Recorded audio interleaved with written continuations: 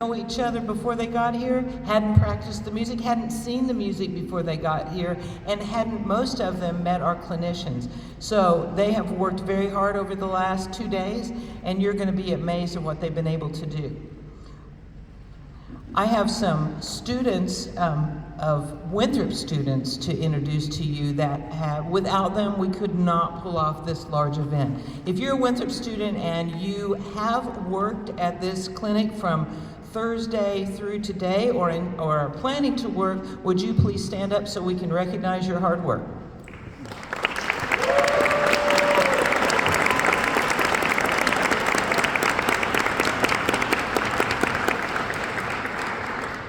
There are more in the lobby, and there are more in the other rehearsal site right now that are breaking that site down. So, additionally, their leader and our graduate assistant for the bands here at Winthrop this semester is Peyton Huffman. Peyton, where are you?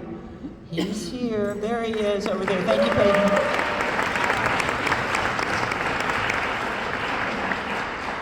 The students arrived on campus between 4 and 5 o'clock on Thursday afternoon, and they were auditioned by the applied professors on their instrument that work here and teach here at Winthrop. They were auditioned and they were placed within one of two bands. This is the Garnet and Gold Band before you. The Garnet Gold Band has been cliniced by Mr. Joe Gullidge. He is our guest conductor of the Garnet Gold Band. Mr. Gullidge served as band director in South Carolina, has served as a band director for 28 years in the state of South Carolina. He is past president of the South Carolina Band Directors Association and current president for the South Carolina Music Educators Association. Mr. Gullidge received his Master of Arts in Teaching at Sam Houston University, his Bachelor of Music from the University of North Carolina at Pembroke. Previous to his retirement, concert ensembles under Mr. Gullidge's direction received consistent superior ratings. The Clover High School Wind Ensemble was featured as a performing ensemble at the 2022 SCMEA Professional Development Conference. Additionally, marching band under his directions were finalists in Bands of America regional and super regional events 8 times. For 25 years, his programs have also received the Outstanding Performance Award established by the South Carolina Band Directors Association. Mr. Gullidge is an active adjudicator, clinician, and performer across the Southeast, and he was inducted into the South Carolina Band Directors Association Hall of Fame in 2022.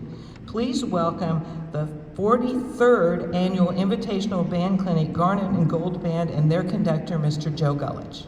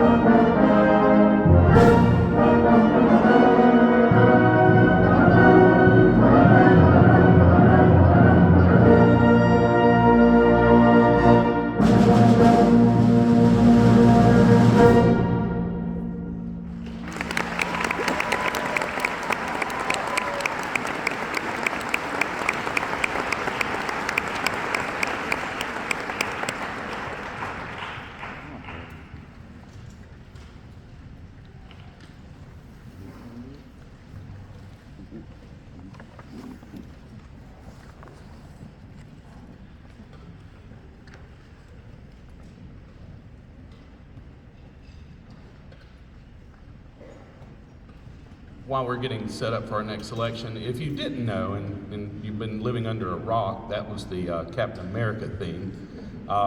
It's starting off with a march. You know, normally everybody tries to program a march. We wanted to do something a little bit different than the traditional march. Piece is deceptively hard, but it's a lot of fun to play, so hopefully you enjoyed it. Our next selection will be River of Life by Steve Reineke.